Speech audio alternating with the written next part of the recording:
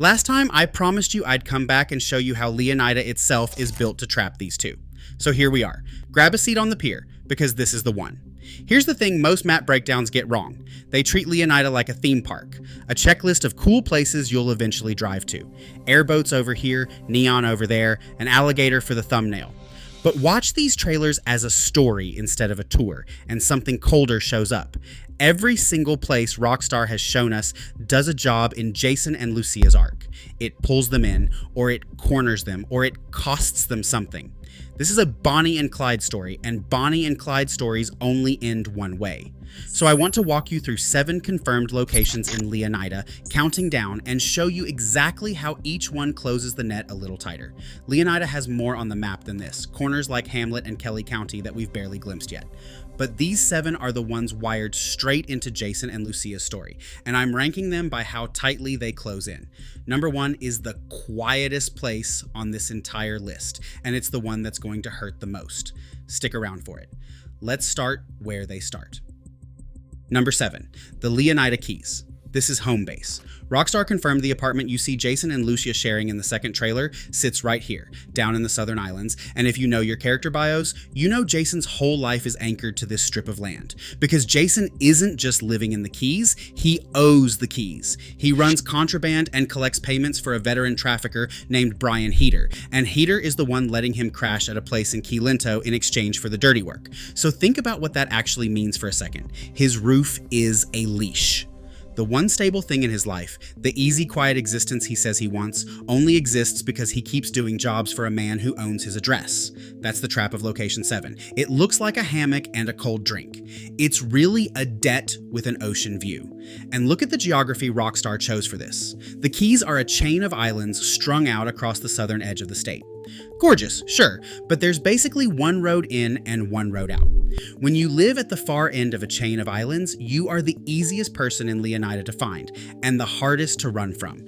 Even the land itself is holding Jason in place before the story properly starts. And here's where the arc kicks in. Lucia doesn't want the hammock. She wants out and up, and Jason's comfortable little cage is the first thing standing in her way. The Keys are where the story begins, but they're also the first set of walls, and everything after this is the two of them trying to climb out. Which brings us to the problem with climbing out in a place like Leonida. Number 6, Port Gellhorn. And this one, Rockstar basically told us the whole story in the official description. Port Gellhorn used to be a thriving vacation destination. Now it's a rundown stretch of cheap motels, abandoned attractions, and empty strip malls where the tourists left and never came back. But the town didn't die. It rotted into something else. A new economy grew in the gap, and Rockstar spelled out exactly what it runs on. Malt liquor, painkillers, truck stop energy drinks. That list sounds like a joke until you realize it's a portrait of a place where the honest money dried up and the desperate money moved in. So why does this trap Jason and Lucia? Because Port Gellhorn is the answer to the question every viewer should be asking. Why don't they just go straight? Why not get normal jobs and walk away from all this? Look at Gellhorn and you have your answer. This is what the legitimate ladder looks like in their world. A place built on painkillers and dead tourism, where the straight path leads nowhere but broke. Rockstar didn't design this town to be scenery. They designed it to make crime look like the only door that opens. For 2 people trying to change their lives, that's a quiet kind of prison, and it's a big reason the jobs keep getting bigger. But if Gellhorn is where the ladder breaks, this next place is where the machine actually eats people. Number 5, Ambrosia. If Vice City is the neon dream, Ambrosia is the engine room nobody puts on a postcard. It sits inland by Lake Leonida, and it's anchored by the Allied Crystal Sugar Refinery, which Rockstar describes as a place that stands for traditional American industry values, no matter the consequences. Read that line again, because Rockstar chose it on purpose. This is company town country. The kind of place where the plant owns the jobs own the people, and anybody asking questions about consequences gets shown the door, or worse. For a Bonnie and Clyde story, a region like this is gold, and here's why it corners them. Places like Ambrosia are where dirty money gets clean. Big industrial operations, endless truck routes, product moving in and out at all hours. If Jason and Lucia are climbing the criminal ladder, sooner or later they run into the people who actually launder the take, and those people don't live in the swamp. They run refineries. That's the trap here. Ambrosia is where two small-time crooks meet the real machine, the organized weight that doesn't forgive mistakes. You can rob a bank and run. You can't rob the system that owns the town and just drive off. And that phrase Rockstar used, no matter the consequences, tells you these are not people you negotiate with. A company that steamrolls its own workers for a quota is not going to blink at two kids who owe them money. Getting tangled up with a place like this is how a couple stops being on the run from cops and starts being on the run from something a lot more patient.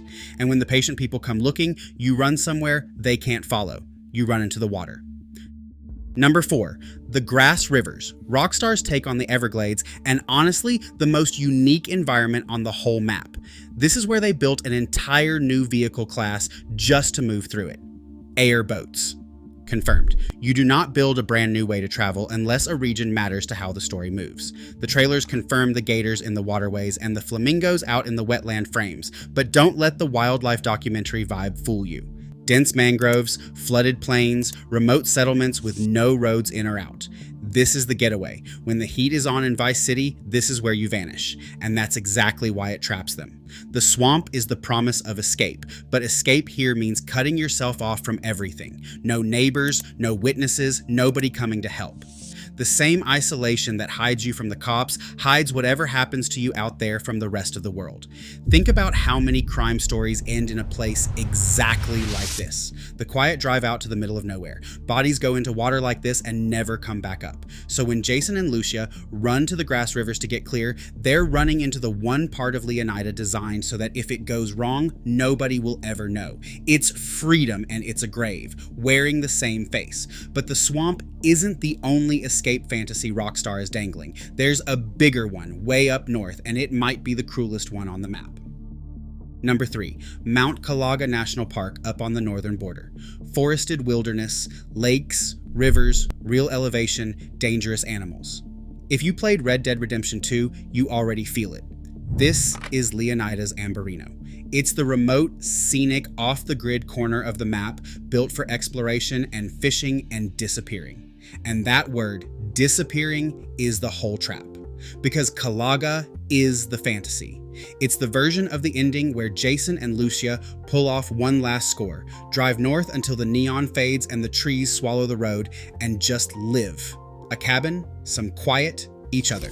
No Brian Heder, no refinery money, no sirens. Here's why I think this is the cruelest location on the list. Rockstar is a studio that knows this genre inside out. And they know the one thing a Bonnie and Clyde story can never actually deliver is the peaceful cabin in the woods. That's the carrot on the stick. It's the future these two keep reaching for, and the exact future the story is built to deny them. RDR2 did this to us already. Arthur talked about going west, starting clean, getting out. He never made it, and the wanting was the whole tragedy. Kalaga is that same Ache built into the geography. It sits up there on the map the entire game, close enough to see, promising a way out that people like Jason and Lucia almost never get to keep.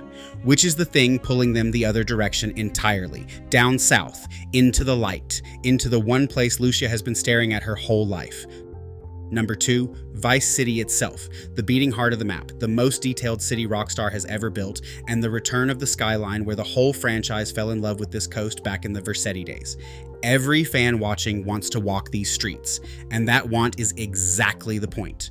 Here's the franchise literate part. The last time we set foot in Vice City, back in 2002, it was a town you conquered. You rolled in with nothing, and by the end, you owned the place. That power fantasy is baked into this skyline, and Rockstar knows every returning player still feels it in their chest. So when Lucia stares up at those towers, she is feeling the exact same pull you are.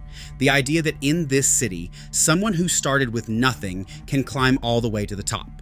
The difference is that you get to reload. She's betting her actual life on it, because Vice City is Lucia's dream made of concrete and light. Remember who she is. She dreams of luxury, the better life, the version of this coast that's always been behind glass for someone like her.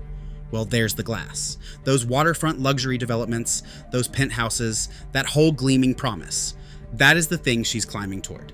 And this is where the trap gets personal, because Vice City corners them with desire. Every job they pull is really Lucia, trying to close the gap between the apartment in the Keys and a penthouse in the city.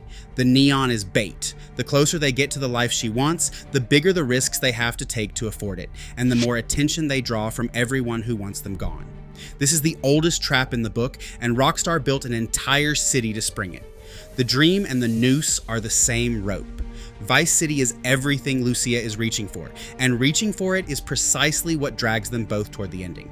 So after the dead-end town, the machine, the swamp, the false horizon up north, and the neon that keeps pulling them in, there's one location left, and it's not big, and it won't be on any tourist map. It's the smallest place on this list, and it's the whole reason the other 6 hurt. Number 1, the Pier. That quiet little spot from the second trailer where these two are just sitting together, sharing a drink, telling stories, actually laughing. I told you at the start this was the one that would hurt, so here it is. Every other location on this list is a trap that closes in from the outside. The debt and the Keys, the dead ends of Gellhorn, the machine at Ambrosia, the swamp, the mountain, the city. 6 ways Leonida squeezes them. And the Pier is the eye of the whole storm. It's the one place on the entire map that belongs to them and nobody else. That's what makes it the cruelest location of all. Rockstar put this scene in the trailer on purpose. They want you to see the thing these two are actually fighting for. Not the money, not the penthouse, this. A few quiet seconds where the running stops and it's just them. Think about where a pier actually sits, right on the edge, where the land runs out and there's nothing past it but open water. That's not an accident. These two are standing at the exact limit of how far they can run, taking a breath, pretending for a minute that the edge isn't there. It's the most peaceful shot in either trailer, and it might be the most loaded one too.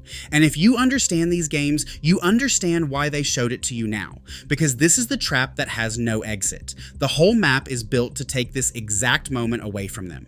Every location we just counted down is pressure, and this pier is the thing that pressure eventually crushes. Bonnie and Clyde got moments like this too. That was always the real tragedy of them. 2 people who found something worth protecting in a world that was never going to let them keep it. Leonida isn't a playground. It's a closing net T, and the pier is what's caught in the middle of it.